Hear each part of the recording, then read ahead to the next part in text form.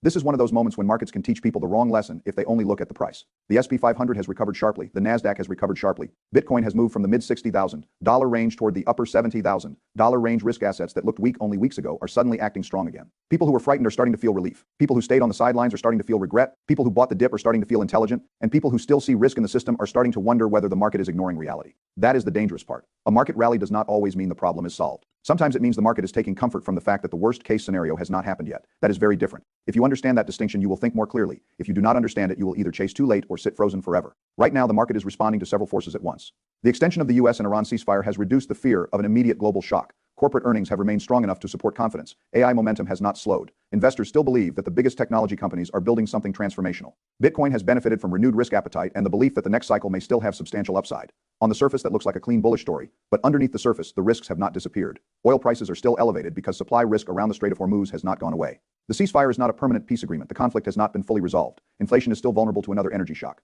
The Federal Reserve is not yet in a position where it can simply cut rates without worrying about the consequences. And if oil stays high, it can quickly pull liquidity away from risk assets. So this is not an everything is fixed rally. It is a relief rally supported by earnings, AI optimism, and the absence of immediate disaster. Those are useful conditions. They are not the same as stability. That is the first principle. Price action can improve faster than reality. Markets are forward-looking. They do not wait for every risk to be resolved. If investors believe the probability of a worse outcome has fallen, they buy before the all-clear signal appears. If they believe earnings will remain strong, they buy before the economy feels safe. If they believe AI will keep attracting capital, they buy the companies tied to the theme even while macro risks remain unresolved. This is why markets often look irrational. They are not pricing the emotional condition of the average household today. They are pricing future cash flows, future liquidity, future risk appetite, and future expectations. They can move higher while the world still feels uncertain.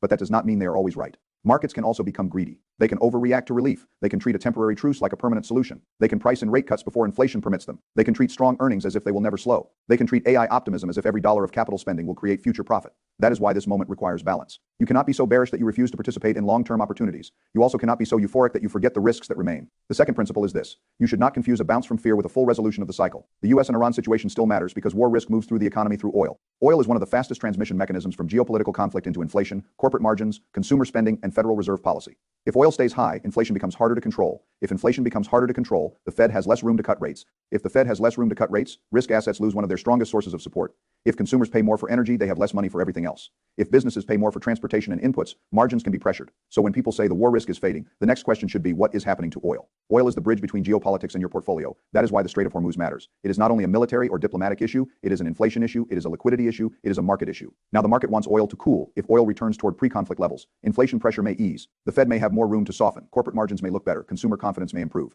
Risk assets may continue grinding higher, but if oil remains elevated or spikes again, the market can quickly reprice. That is the third principle in a fragile macro environment. One commodity can change the whole policy path. People often look at stocks and crypto as if they exist in their own world. They do not. They exist inside a system of energy prices, inflation, rates, liquidity, earnings, and psychology. That system is what matters. Now let us talk about why markets are moving higher even though the macro picture is not fully clean. The simple explanation is greed, but greed itself is not enough. Greed needs a story. Right now, the story has several parts. First, the worst case war scenario has not played out. Markets had been pricing some possibility of broader conflict, oil disruption, and severe instability. When that risk appears to decline, even temporarily, assets can rally. Second, earnings have been stronger than many expected. Corporate profits are still the bloodstream of the stock market. If large companies continue to make money and raise expectations, investors have a reason to buy.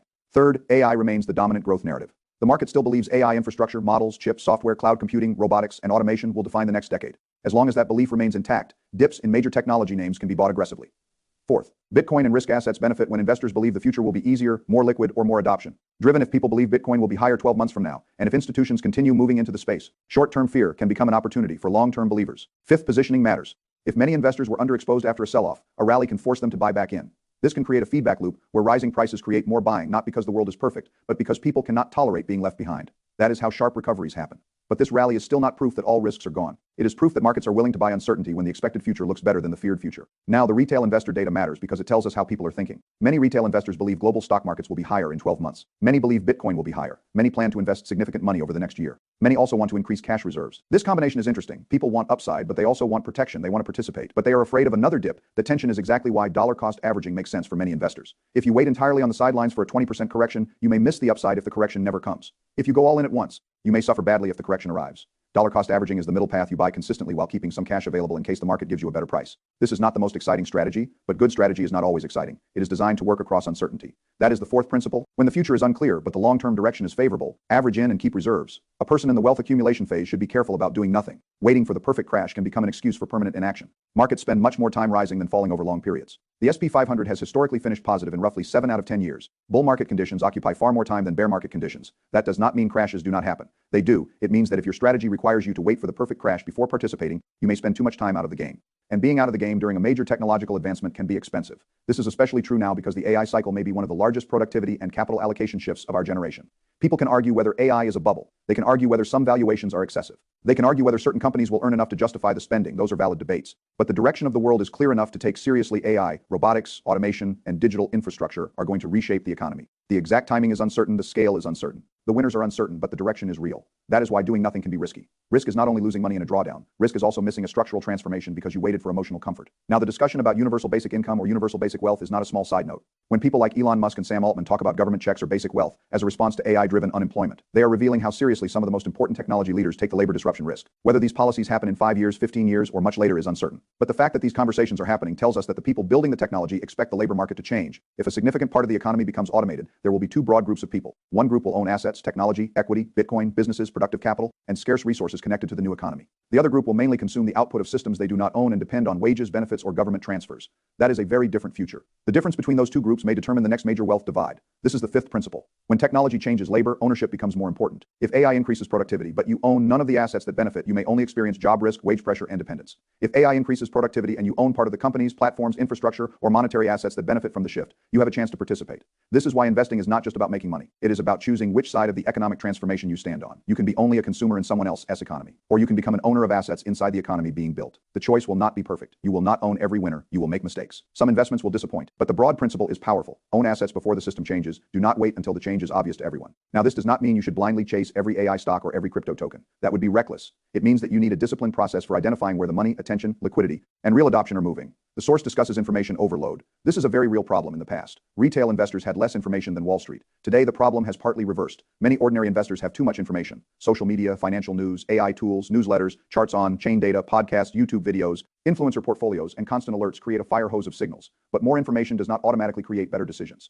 Often, it creates paralysis. People see too many possible trades and do nothing. Or they see too many conflicting opinions and jump from one idea to another. Or they confuse quantity of information with quality of understanding. A serious investor must reduce the field, focus on what actually moves the needle right now. There are 5 major variables to watch: war risk in Iran and the Middle East, oil prices, inflation and rate, cut expectations, corporate earnings, AI optimism. These 5 are the main levers in the current market system. Everything else should be evaluated by whether it changes one of those levers. That is the 6th principle. Do not react to every headline. Ask whether the headline changes the real variables. If a headline does not change the war risk, oil path, inflation path, Fed path, earnings path, or AI thesis, it may not deserve much reaction. This is how you avoid getting pulled around by every notification. Now let us examine the first variable, the war in Iran. The worst case scenario would be a broader ground conflict, a major escalation, direct attacks on shipping, serious disruption in the Strait of Hormuz, and a deepening regional war that would likely push oil higher, increase inflation, reduce risk appetite, and pressure markets. The more likely path described in the source is a messy middle. Not full resolution, not full war. A continuing ceasefire or partial truce, periodic flare-ups, isolated incidents, ongoing negotiations, sanctions disputes, and continued tension around uranium enrichment, missile capabilities, oil tanker access, and military presence. The messy middle is not peace, but markets can rally in the messy middle if the worst-case scenario is avoided. This is why investors must watch whether the situation changes the oil flow and inflation path, not only whether the headlines sound frightening. The second variable is oil. Oil transmits war into the economy faster than almost anything else. If oil stays high, inflation stays sticky. If inflation stays sticky, rate cuts become harder. If rate cuts become harder, risk assets may lose momentum. If oil cools, the market has more room to breathe. So oil is not just an energy trade, it is a macro signal. The third variable is inflation and interest rates. Risk assets love the possibility of lower rates because lower rates increase liquidity, reduce borrowing costs, support valuations, and encourage investors to move out on the risk curve. If the market believes cuts are coming, it may rally before the cuts arrive. But if inflation rises because oil remains high, the Fed cannot easily ease.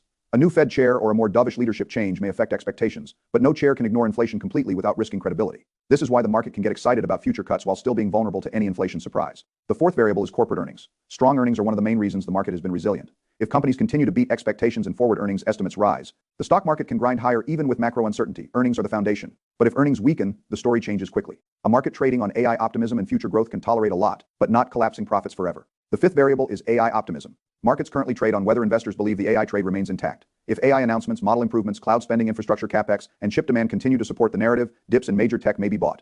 If investors believe AI spending is excessive or threatened by cheaper models, the market can correct sharply. We saw how a single AI-related shock can move major stocks dramatically. So AI optimism is not just a technology story, it is an index-level market driver. Now, when these 5 variables align positively, markets can move strongly higher. War risk contained, oil cooling, inflation contained, rate cut probability rising. Earnings strong, AI optimism intact. That is the bullish path. When they align negatively, markets can correct quickly. War risk rising, oil spiking, inflation, reaccelerating, rate cuts delayed, earnings questioned, AI optimism cracked. That is the bearish path most of the time. They will not all align. That is why markets feel choppy. Now, what is the right move if you believe the long-term direction is higher but short-term correction? Risk remains. The answer is not to guess perfectly. The answer is to structure the portfolio so that you participate if markets rise and have firepower if markets fall. This is why dollar cost averaging with cash reserves is rational. You keep buying because the long-term trend may continue. You keep reserves because a better entry may appear. You do not need to predict which happens first. This is the seventh principle: participate, but do not exhaust your flexibility. Now, let us talk about asymmetric upside. An asymmetric opportunity is not simply something that can go up a lot. Many things can go up a lot. The key is that the potential upside is much larger than the downside relative to the probability and the position size. It usually requires several factors to come together: a strong narrative before the crowd fully understands it,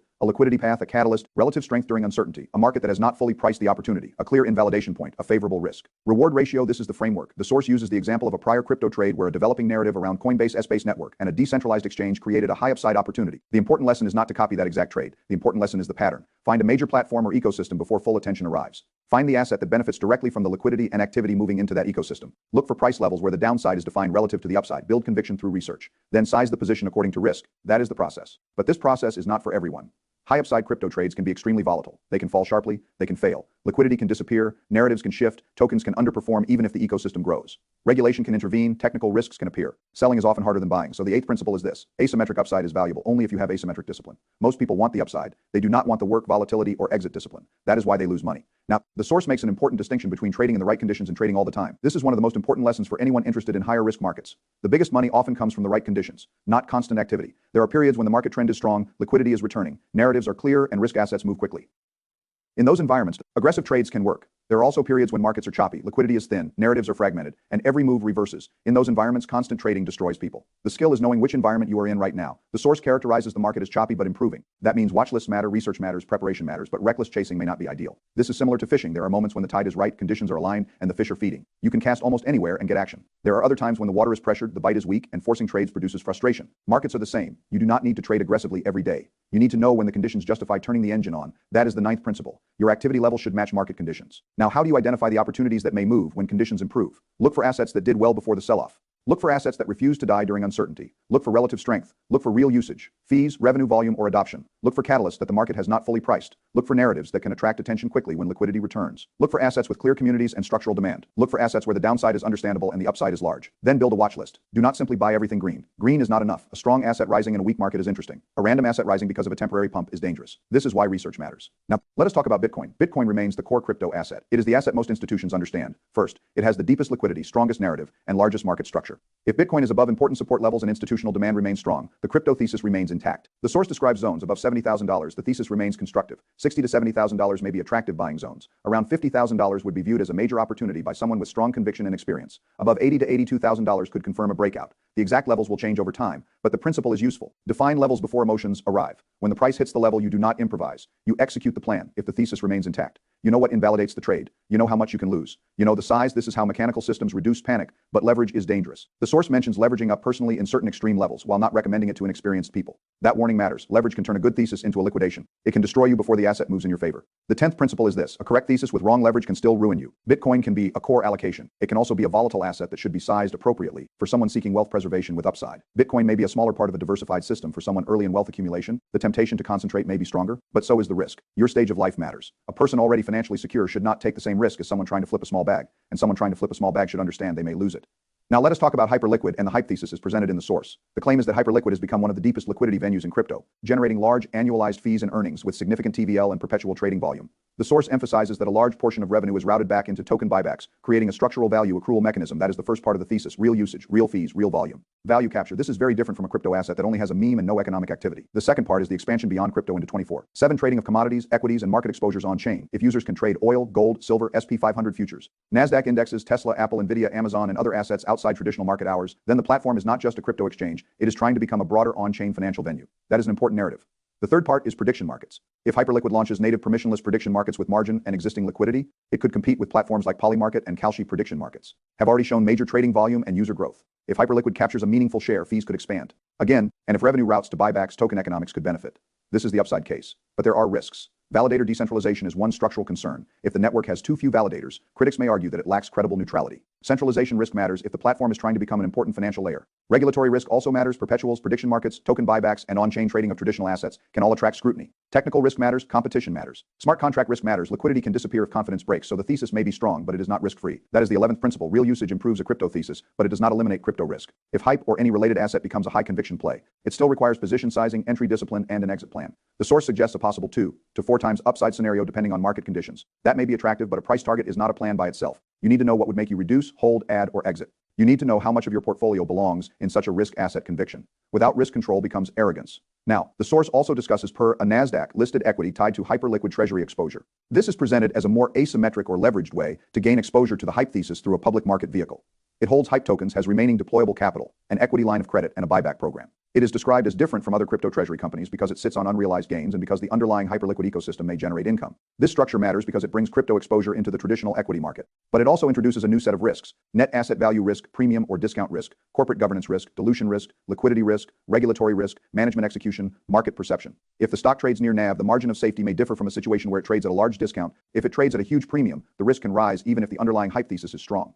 Treasury companies can become speculative wrappers. They can amplify upside and downside. So may be an interesting watchlist asset, but it is not the same thing as owning the underlying token. And it is not the same thing as owning a diversified equity fund. That is the 12th principle: wrappers change risk. A crypto treasury equity does not simply equal the crypto asset. It has its own capital structure, management, premium, discount, and market behavior. Now, the source discusses MicroStrategy as a core equity wrapper for Bitcoin. The logic is straightforward. If you are bullish on Bitcoin and want public equity exposure that can move more aggressively than Bitcoin, MicroStrategy has historically acted like leveraged Bitcoin exposure because of its large Bitcoin treasury and capital market strategy. That makes it powerful when Bitcoin rises. It also makes it dangerous when Bitcoin falls. It is not a normal software company in the way investors once understood it. It is a financial vehicle tied to Bitcoin accumulation and market appetite for that strategy.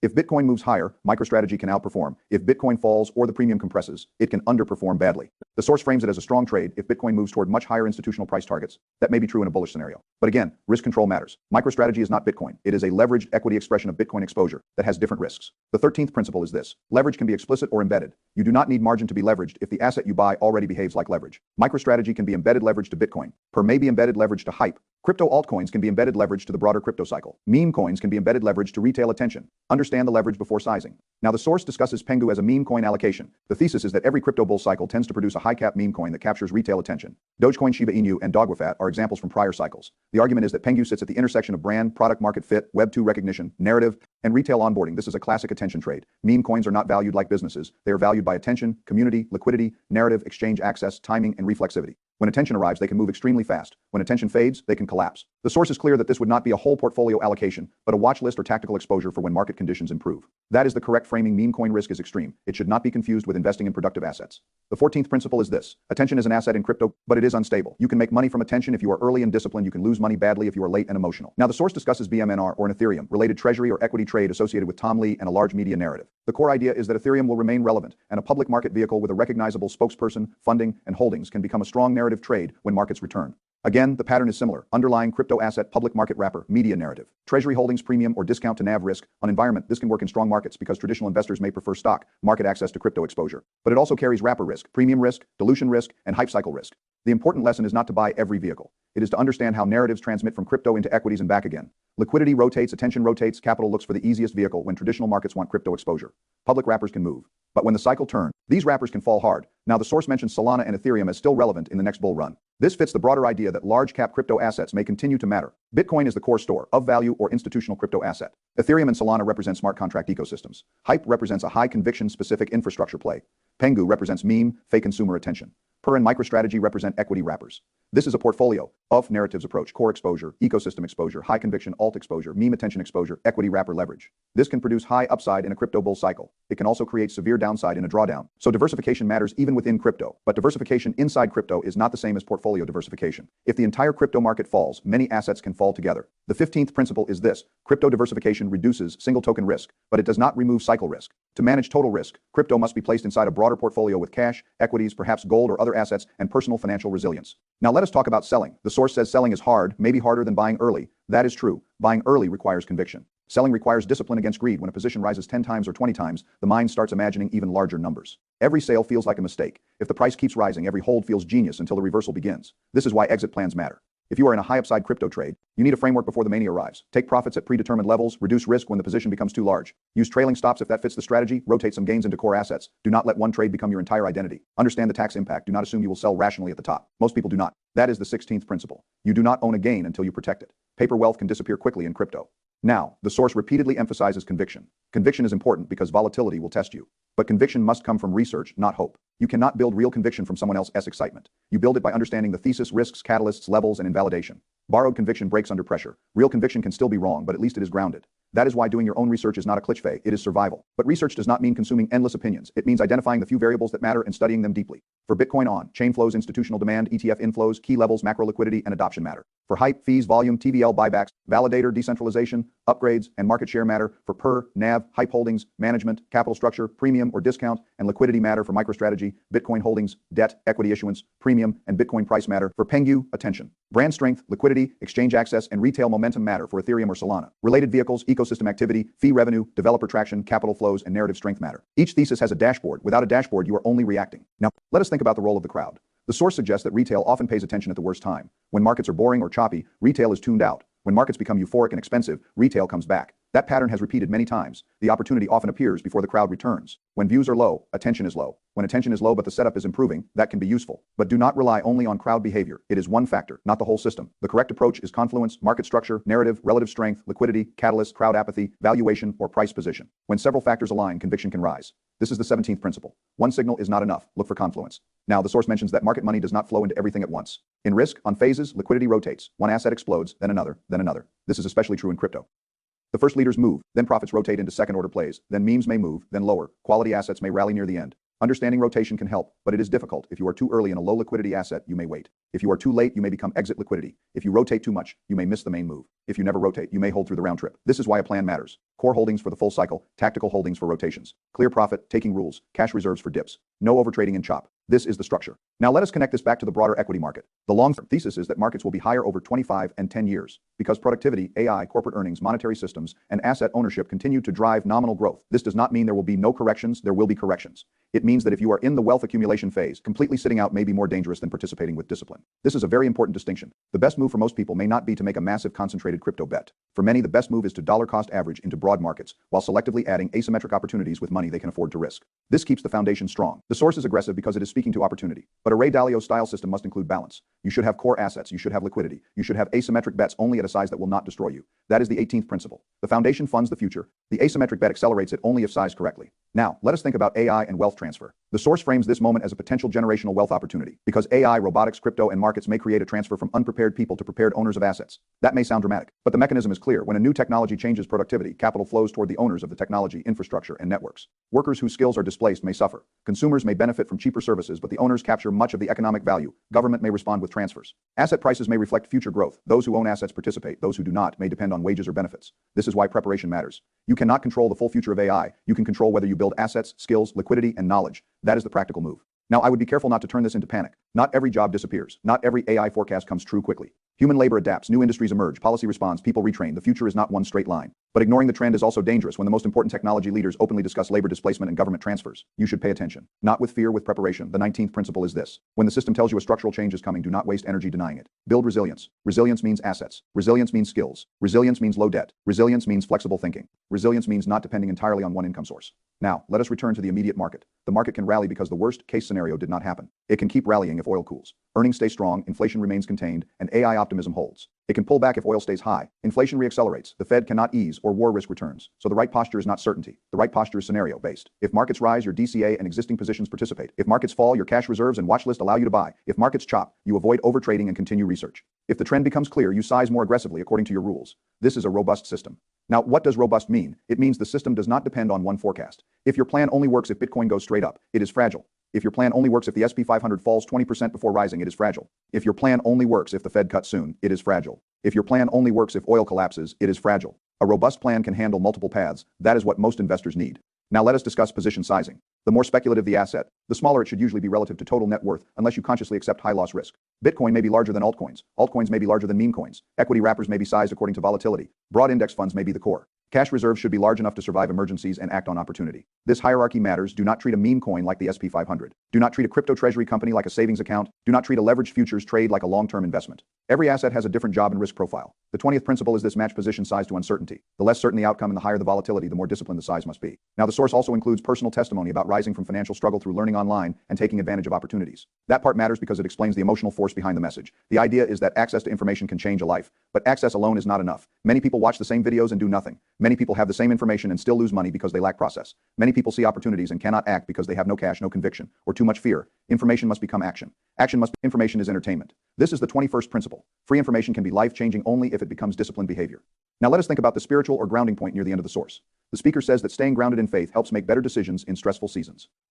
In a Ray Dalio-style framework, the broader principle is that every investor needs something that grounds them because markets trigger fear, greed, stress, and identity. You need a center. For some people, that is faith; for others, family; for others, principles; for others, a written process. Whatever it is, you need something deeper than price movement. If your emotional state rises and falls with every candle on a chart, you will not make good decisions. Markets reward clarity. Stress destroys clarity. Grounding restores clarity. That is the 22nd principle. Your emotional system is part of your investment system. If you cannot stay calm, you cannot execute. Now let us put the entire current setup into one chain: war risk eased enough to reduce immediate fear. Oil risk remains. Inflation risk remains. Rate cut expectations depend on inflation. Earnings are supporting stocks. AI optimism is supporting the major indices. Bitcoin is recovering with risk appetite. Retail investors still expect higher markets over 12 months. Many people want to invest but also want cash. The best general structure is DCA plus reserves. The best speculative structure is watch lists, relative strength, narrative, liquidity, and catalysts. The biggest long-term transformation is AI and automation. The biggest wealth divide may be between owners and non-owners. That is the system. Now, let us think about what not to do. Do not chase every green candle. Do not assume the ceasefire equals permanent peace. Do not ignore oil. Do not assume rate cuts are guaranteed. Do not sit entirely in cash, waiting for a perfect crash. Do not use leverage if you do not understand liquidation risk. Do not copy someone else's high conviction trade without doing your own research. Do not buy meme coins with money you need. Do not confuse a public equity wrapper with the underlying crypto asset. Do not forget that selling is harder than buying. Do not let information overload turn into paralysis. Do not become the crowd that arrives only after everyone else is already rich. Now, what should you do? Identify the 5 market variables. DCA into the assets that fit your long-term plan. Keep extra cash for dips. Build a watch list of asymmetric opportunities. Study the strongest narratives before retail attention returns. Look for relative strength during fear. Understand the real adoption and revenue behind any crypto thesis. Define levels in validation and profit-taking rules. Size risk correctly. Stay grounded. Act only when your process says to act. This is how you turn uncertainty into opportunity. Now, let us discuss the difference between investing and trading. Investing is ownership based on long-term value creation. It can include broad equities, Bitcoin for some, quality companies, and assets tied to structural trends. Trading is taking advantage of price movement, momentum, narratives, and liquidity windows. Both can be legitimate, but they require different rules. If you mix them, you get confused. You buy a trade, it falls, and you call it an investment. You buy an investment, it rises, and you treat it like a trade. You enter without an exit plan. You hold without understanding. You sell because of emotion. You buy because of FOMO. The correct approach is to label positions. Core investment, satellite investment, speculative trade, cash reserve. Each has rules. This is the 23rd principle. Do not let every position become the same in your mind. Now, if Bitcoin is a core crypto allocation, it may be held through cycles with a clear percentage of the portfolio. If hype is a high conviction alt, it may have a different risk and profit-taking plan. If PER is an equity wrapper, it must be evaluated relative to NAV and market structure. If MicroStrategy is a leveraged Bitcoin equity, it must be sized for volatility. If Pengu is a meme allocation, it must be treated as high-risk attention exposure. If BMNR is a narrative equity tied to Ethereum, it must be treated as a speculative cycle play. Different assets, different rules. Now, one of the most dangerous things in crypto is that success can make people reckless. If a prior trade turns $120,000 into millions, the mind may begin to believe that large concentrated bets are easy. They are not. For every spectacular success, there are many people who lost everything using the same concentration without the same timing, conviction, or exit. A good investor learns from success without becoming arrogant. The process matters more than the outcome. Was the thesis real? Was the risk understood? Was the entry rational? Was the sizing appropriate? Was the exit disciplined? If yes, the process is worth studying. If the outcome was mostly luck, do not repeat it blindly. This is the 24th principle. Good outcomes do not always mean good process, and bad outcomes do not always mean bad process. Evaluate the process. Now let us talk about the broader idea of generational wealth. Generational wealth is not created only by one trade. It is preserved by systems. Many people make money in a bull market and lose it in the next bear market. That is not generational wealth. That is a round trip. Generational wealth requires acquisition and preservation. You take risk when the opportunity is favorable. You reduce risk when the reward has been captured. You convert some speculative gains into durable assets. You pay taxes responsibly. You protect liquidity. You avoid lifestyle explosion. You build a base that survives. This is the part many traders ignore. Getting rich is one problem. Staying rich is another. The source touches on this by saying the speaker is moving from full wealth accumulation toward wealth preservation with upside. That is a very important stage change. The strategy that may make sense when you have little capital may not make sense when you have millions. The risk profile should evolve. This is the 25th principle. Your strategy must change as your balance sheet changes. If you have nothing, you may be willing to take high risk with a small amount. If you have built wealth, protecting the base becomes more important. If you have family responsibilities, risk changes again. If your goal is financial freedom, you cannot keep playing as if you have nothing to lose. Now, let us think about the possibility that markets go down again. The source believes another pullback may happen. That is possible. Oil could remain high. Inflation could rise. rise, the Fed could stay tight, war risk could return, earnings could disappoint, AI optimism could cool, Bitcoin could fail to break out, liquidity could remain choppy. If that happens, the plan is not to panic. The plan is to use reserves and levels, buy more of long-term assets if the thesis is intact. Add to high-conviction watch list names only if the risk-reward improves. Avoid overtrading in the middle of chop. Do not assume every dip is automatically a gift. Some dips are warnings. Evaluate whether the 5 variables changed. This is the 26th principle. A dip is an opportunity only when the long-term thesis remains intact. Now what if markets go straight higher? Then your DCA and current positions participate. Your cash reserves will feel like a drag, but they were insurance. Do not regret insurance, simply because the bad event did not happen. If the market keeps rising and your thesis strengthens, you can continue averaging in. You do not need to chase with everything. This is the 27th principle. Cash has opportunity cost, but it also has optionality. You want enough cash to act, but not so much that you are permanently sidelined. Now let us think about the AI labor future again. If universal income or universal wealth becomes a serious policy discussion, the asset market implications could be enormous. Government transfers would support consumption. AI productivity could raise corporate profits. Monetary policy and fiscal policy could become more intertwined. Inflation risk could rise if transfers exceed productive capacity. Asset owners could benefit if nominal spending rises. Workers could face disruption. Taxes could change. This is not a small shift, but it is uncertain. So the right approach is not to bet everything on one political outcome. The right approach is to prepare for a world where labor is less secure and asset ownership is more important. That is robust. Now the source says many people are asleep at the wheel. I would say it differently. Many people are overwhelmed, distracted, and exhausted. They see the change, but they do not know what to do. The remedy is not shame, it is structure. Here is the structure. Own broad productive assets. Hold some Bitcoin or other scarce digital asset exposure if it fits your risk tolerance. Study asymmetric opportunities, but do not overexpose. Build skills connected to the future economy. Keep cash reserves. Avoid high interest debt. Reduce unnecessary fixed expenses. Use AI tools to improve your own productivity. Do not depend entirely on one employer. Think like an owner. That is preparation. Now let us talk about AI tools and investor research. AI can summarize filings, compare businesses, explain concepts, and speed up learning. This reduces the information gap between retail and institutions. But AI can also hallucinate, overstate, or produce surface-level confidence. You still need judgment. AI can help research. It cannot replace responsibility. You must verify. You must understand. You must decide. The 28th principle is this: tools increase capacity, but judgment determines outcome. Now let us bring this into a clear plan for the current market. First, identify your core allocation. Broad stocks, long-term assets, Bitcoin if appropriate, cash, and any other diversified holdings. Second, keep buying regularly, weekly or monthly according to your cash flow. Third, keep dry powder. Do not exhaust cash if you believe another correction is possible. Fourth, monitor the 5 variables: Iran, oil, inflation, fee rates, earnings, AI. Fifth, build a watch list of asymmetric plays, Bitcoin levels, hype, per MicroStrategy, Pengu, BMNR, Ethereum, Solana, or other assets you personally understand. Sixth, do deep research before committing. Do not buy because of a name. Seventh, define entries, exits, and invalidation. Eighth, size risk so failure does not destroy you. Ninth, take profits when asymmetric trades work. 10th, convert some gains into durable wealth. This is a complete cycle system. Now, let us think about the source phrase, last chance at generational wealth. That is powerful and emotionally charged. I would be careful with it. There are always opportunities in markets. This may not be the last chance in a literal sense, but it may be one of the most important windows of this generation because AI, crypto, monetary change, and geopolitical instability are converging. The opportunity is real. The urgency should produce preparation, not panic. That is the key. Panic makes you chase. Preparation makes you ready. Now, what is the difference? Panic says, I must buy something now or I will miss everything. Preparation says, I will build my core, my cash, my watch list, my levels, my research, and my rules. Panic says, I will copy another person's trade. Preparation says, I will understand the thesis and size it according to my life. Panic says, I need to get rich fast. Preparation says, I need to survive long enough to capture the opportunity. This is the distinction that protects you. Now, let us think about liquidity. In both stocks and crypto, liquidity drives cycles. When liquidity expands, risk assets can rise aggressively. When liquidity contracts, even good assets can fall. Crypto is especially liquidity sensitive because many assets depend on speculative capital. If retail attention and liquidity are absent, narratives may not move. When liquidity returns, the strongest narratives move first. That is why timing matters more in crypto than in broad index investing. You can DCA into the SP 500 for decades. You should be more tactical with many altcoins and meme coins. Bitcoin sits somewhere in between for many investors. It has long-term institutional adoption potential, but still moves with liquidity cycles. Again, each asset has a different job. Now, the source mentions that the next cycle may be harder than 2021 because liquidity is lower and retail investors are smarter. This is important. You should not assume the same playbook repeats exactly. The market evolves. More people understand narratives. More people use on-chain tools. More people rotate faster. The window of easy gains may be shorter. Selling may need to happen earlier or more systematically. The past rhymes. It does not repeat. That is the 29th principle. Use old cycles as maps, not scripts. Now let us talk about relative strength. When an asset refuses to fully die during fear, that can be a clue. It means buyers are stepping in. It means the market is supporting it. It means demand exists even when risk appetite is weak. This does not guarantee future upside, but it helps identify what may lead when conditions improve.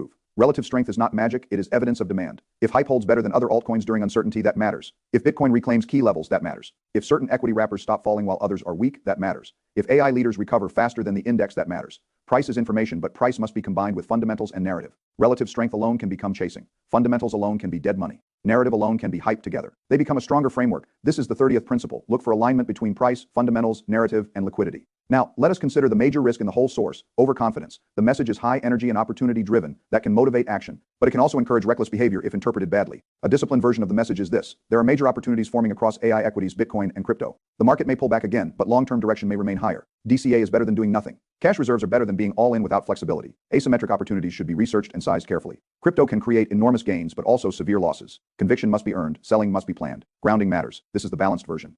Now, let us talk about risk of being on the sidelines. If you hold 100% cash waiting for a perfect crash, and markets rise 50% over the next 2 years, your cash protected you from volatility but cost you opportunity. If inflation continues, cash may lose purchasing power. If AI and crypto cycles accelerate, the opportunity cost can be huge. But if you hold zero cash and a correction comes, you may have no ability to buy. Worse, if you need money, you may be forced to sell. This is why extremes are usually wrong. All cash is fragile against upside and inflation. All risk is fragile against drawdowns and life events. The middle system is robust. Now let us think about the 5 variables as a dashboard. War dashboard: is escalation rising or falling? Is the Strait of Hormuz open? Are attacks increasing? Are negotiations continuing? Are US forces being pulled deeper? Oil dashboard: is crude returning to pre-war levels? Are shipping risks falling? Are energy prices feeding into inflation expectations? Inflation and Fed dashboard: are rate cut probabilities rising or falling? Is inflation contained? Is the Fed becoming more dovish or constrained? Earnings dashboard: are SP 500 earnings estimates rising? Are companies guiding higher? Are margins holding? AI dashboard: are major companies still increasing capex? Are models improving? Are chips, cloud, infrastructure, and productivity narratives intact? This dashboard helps reduce noise. If a headline does not affect the dashboard, do not overreact. Now, let us talk about building a watch list. A watch list is not a shopping list to buy everything. It is a research list. The purpose is to prepare before the market gives you entries. When volatility hits, you do not want to start researching from scratch. You want to already know what you like, where you like it, and how much you are willing to risk. This is especially important for crypto because moves happen quickly. If you wait until the breakout to begin learning, you may buy late. Preparation happens in boredom. Profit often happens in chaos. That is the 31st principle. Do the research when attention is low. Now, what should be included in the watch list? Only things you can explain. If you cannot explain why hype has value, do not buy it. If you cannot explain per S relationship to hype and NAV, do not buy it. If you cannot explain MicroStrategy S leverage to Bitcoin, do not buy it. If you cannot explain Pengu S meme and brand thesis, do not buy it. If you cannot explain BMNR S Ethereum, related structure, do not buy it. If you cannot explain Bitcoin S thesis, do not buy it. If you can explain them, then move to risk sizing and levels. Understanding first, buying second. Now let us discuss the role of community and newsletters. Communities can help filter information, share research, and identify narratives. But communities can also create groupthink, hype, and pressure to buy. Use community as input, not authority. The market does not care what a community believes. It cares about liquidity, adoption, execution, and price. A strong community can support a narrative. It cannot override reality forever. Now let us talk about using profits. If an asymmetric trade works, what happens next? This is where many people fail. They leave everything in high-risk assets because they want more. Then the cycle turns and the gains disappear. A disciplined plan converts some upside into durable wealth. Pay down debt, build cash reserves, buy broad equities, buy real assets, diversify, reduce risk, set aside taxes, improve life without exploding fixed expenses. This is how a speculative win becomes actual wealth. Otherwise, it is just a number on a screen. The 30-second principle is this. The point of speculation is to convert temporary opportunity into durable freedom. Now let us think about long-term market direction. The source believes that over 25 and 10 years, markets will be higher. That is a reasonable long-term bias for productive assets, especially in nominal terms. Because economies grow, currencies debase, companies adapt, and innovation continues. But the path will not be straight. There may be a 20% correction, there may be a recession, there may be another inflation shock, there may be a crypto crash, there may be regulatory surprises, there may be war headlines, there may be AI disappointment. If you believe the long-term direction is higher, you must still be prepared for short-term pain. Long-term bullish does not mean short-term reckless. Now, let us talk about the broader moral of wealth accumulation. Money does not solve every problem. It does not create spiritual peace. It does not guarantee fulfillment, but financial security changes the options available to a household. It affects schools, neighborhoods, healthcare, safety, stress, time, and the ability to help others. It makes many large problems less destructive. Therefore, pursuing financial strength is not shallow when done with the right values. It is a way to create resilience. But if the pursuit of money becomes identity, greed, or recklessness, it can destroy judgment. This is why grounding matters. The right goal is not just more money. The right goal is more freedom, responsibility, and clarity. Now, let us bring this toward conclusion. This market recovery is real in price, but incomplete in resolution. Stocks and Bitcoin have recovered because investors believe the worst-case geopolitical scenario may be avoided. Earnings remain strong, AI remains powerful, and long-term risk assets may be higher. But oil inflation, Fed policy, and war risks still matter. The best general strategy is not to wait forever and not to go all in. It is to dollar cost average into high-quality long-term assets while keeping cash for a deeper dip. The best speculative strategy is not to buy every green asset. It is to build a watch list of asymmetric opportunities where narrative, liquidity, fundamentals, relative strength, and catalysts align. Bitcoin remains core. High-conviction crypto infrastructure like hype may offer upside if the thesis plays out. Equity wrappers like Per and MicroStrategy can amplify exposure but carry wrapper and leverage risk. Meme coins like Pengu can move with attention but are extremely volatile. Ethereum or related vehicles may have their own cycle narratives. All of these require research sizing and exit discipline. Now, the bigger story is AI. AI is changing how people think about jobs, productivity, income, government transfers, and ownership. If billionaires and policymakers are already discussing universal income or basic wealth, that tells us they expect real labor disruption. The prepared person does not simply fear this. The prepared person builds ownership in the systems that may benefit. That does not mean blind speculation. It means ownership, skills, and adaptability. Now, I will end with the core principles first. A rally does not mean the risk is gone. Second, the market can move higher before the world feels safe. Third, do not sit entirely in cash waiting for perfect clarity. Fourth, do not chase without a plan. Fifth, watch the 5 real drivers: war, oil, inflation and rates, earnings, and AI. Sixth, DCA into long-term assets and keep cash reserves. Seventh, study asymmetric opportunities before the crowd returns. Eighth, size speculative positions so you can survive being wrong. Ninth, create exit rules before greed takes over. 10th, convert wins into durable wealth. This is the way to think. Not fear, not euphoria, not prediction addiction. A system. Markets are emotional because people are emotional. They rally on relief. They crash on fear. They overshoot in both directions. But a disciplined investor can use that volatility instead of being controlled by it. The future may bring another dip, it may bring a breakout, it may bring both. You do not need to know the exact sequence to prepare. Build the foundation, keep buying, keep reserves, study the strongest opportunities, stay grounded. When the moment comes, act from principle, not panic. That is how generational opportunities are captured, not by being the loudest, not by being the most emotional, not by copying someone else without thought, but by being prepared before the crowd realizes preparation was necessary.